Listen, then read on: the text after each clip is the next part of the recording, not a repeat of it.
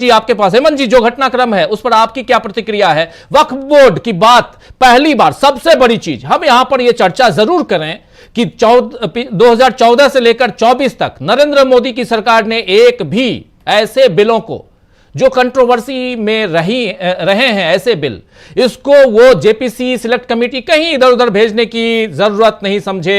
आप याद कीजिए, यही अगस्त का महीना था, 5 अगस्त 2019, जब किसी को रातों रात कानों कान खबर नहीं थी कि आर्टिकल 370 आप खत्म करने जा रहे हैं, तो बिल्कुल छावनी में तब्दील कर दिया गया था उधर जम्मू कश्मीर को। दिल्ली में भी वही हालात, उसके बाद 370 आप खत्म कर देते हैं, एक दिन में सारी चीजें मंजर बदल देते हैं। आज वो सब कुछ नहीं हुआ, इसके पीछे क्या कुछ आपको लगता है? क्या यह पहली हार नहीं है मानी जाए इसे नरेंद्र मोदी की? धन्यवाद राजीव जी। मुझे लगता है कि जो बीजेपी की सरकार, मोदी जी जो कुछ भी कर रहे हैं, उसका मकसद बिल्कुल उनका एक राजनीतिक एजेंडा है। वो दिखावे के लिए तो बात करते हैं कि हम सुधार के लिए ये काम कर रहे हैं। अब पर्सनल लॉ के मामले में ये सबको पूरी दुनिया ने समझा कि जो चीज, जो पर्सनल ये मामला था, उसको आपने क्रिमिनल इसमें तब्दील कर दिया उसको।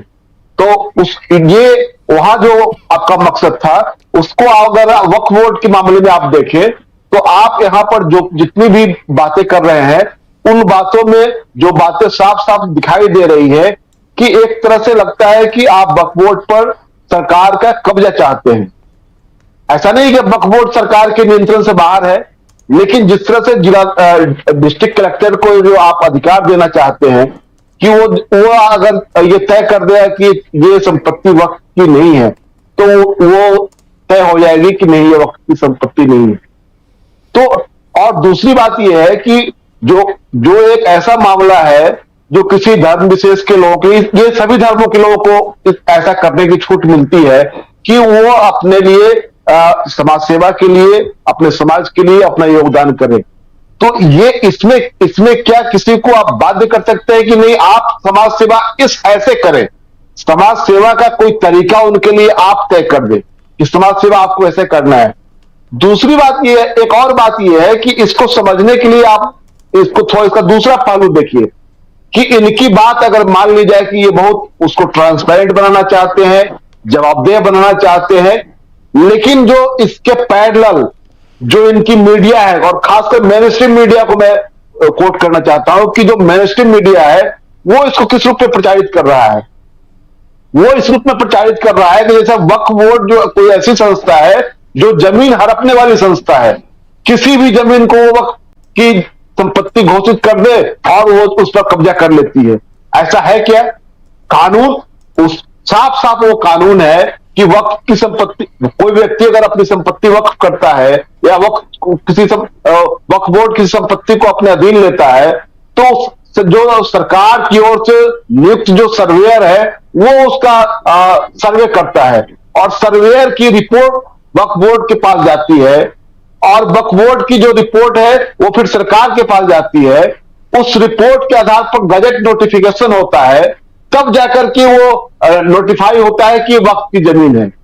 तो आप बताइए कि ये जो पूरी प्रक्रिया है, इस प्रक्रिया से आप समझ सकते हैं कि ये पूरा एक पारदर्शी प्रक्रिया है। ऐसा नहीं है कि इसको वक्फ बोर्ड जमीन हड़पने वाली कोई संस्था है। तो ये जो पूरा प्रचार हो रहा है, उसके जरिए इनकी मंशा को समझने की जरूरत है। तो इनका मुसलमानों से जुड़े किसी मामले पर, चाहे वो पर्सनल लॉ का मामला हो, वक्फ बोर्ड का मामला हो, और यूनिफॉर्म सिविल कोड का मामला हो, ये तमाम चीजें जो है उसको लाने, उसके बारे में जो ये चर्चा करते हैं, जिस तरह से बातें करते हैं, उसका असली मकसद अगर समझना हो तो इनका जो प्रचार तंत्र है वो किस दिशा में जा रहा है, उसको अगर आप गौर करेंगे तो उससे इनका मकसद साफ साफ दिखाई देता है। लेकिन इस बार जो विपक्ष काफी सशक्त है, इस वजह से इनको ये बिल सिलेक्ट कमेटी को देने के लिए बाध्य होना पड़ा है। लेकिन इनका मकसद, एक बात और मैं बताना चाहता हूं कि आप बताइए, ये वक्फ बोर्ड के इसमें कहीं भी पहले से नहीं ये बंदिश लगी हुई है कि कोई गैर मुस्लिम उसका मेंबर नहीं हो सकता है, ऐसी बंदिश नहीं है। लेकिन यहीं पर सवाल उठता है कि जो मंदिरों की जो न्यास समिति है, उसमें क्या दूसरे धर्मों के लोगों को शामिल करने का कोई प्रोविजन है? नहीं है। उसमें आप हिंदू की जो व्याख्या करते हैं वह भी संविधान के आर्टिकल 26 के अगेंस्ट जाकर के करते हैं। आप उसमें जैन, सिख, बौद्ध को शामिल नहीं करते हैं। हिंदू मतलब सिर्फ हिंदू और दूसरे किसी को शामिल नहीं करते हैं। लेकिन मुसलमानों के बारे में आप फैला रहे हैं कि यहां तो ये लोग औरतों को नहीं रखना चाहते हैं, इसमें गैर मुस्लिमों को नहीं रखना चाहते हैं। लेकिन ऐसे कोई न तो औरत को रखने पर कोई वहां पर बंदिश लगी हुई है, न गैर मुस्लिम को रखने के लिए बंदिश लगी हुई है।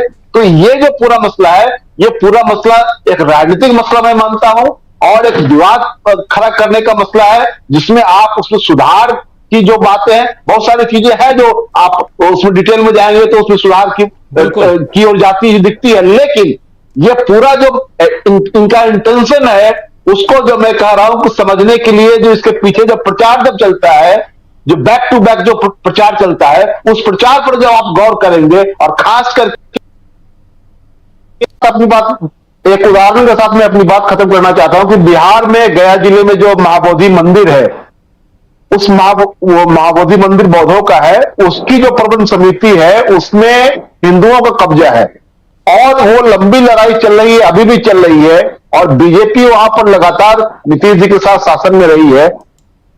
उसको बदला नहीं गया है। अब लड़ाई चल रही है, उसमें 4 बौद्ध और बाकी और वो 9 लोगों की कमेटी है और 5 लोग उसमें गैर बौद्ध लोग हैं।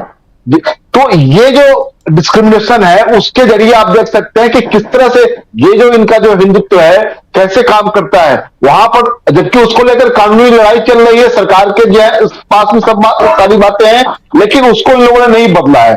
तो ये जो चिंता करते हैं कि इनको वक्फ बोर्ड में वहां गैर ये मुसलमानों को डालना चाहिए, जो कि मैंने पहले भी कहा कि वहां रोक नहीं है, उसमें कोई बंदिश नहीं है कि न महिलाओं को रोक है न गैर हिंदुओं को रोक है। वहां तो ये उदारता दिखाई गई है कि आ सकते हैं लोग, वो अलग बात है कि लोग नहीं रह रहे हैं।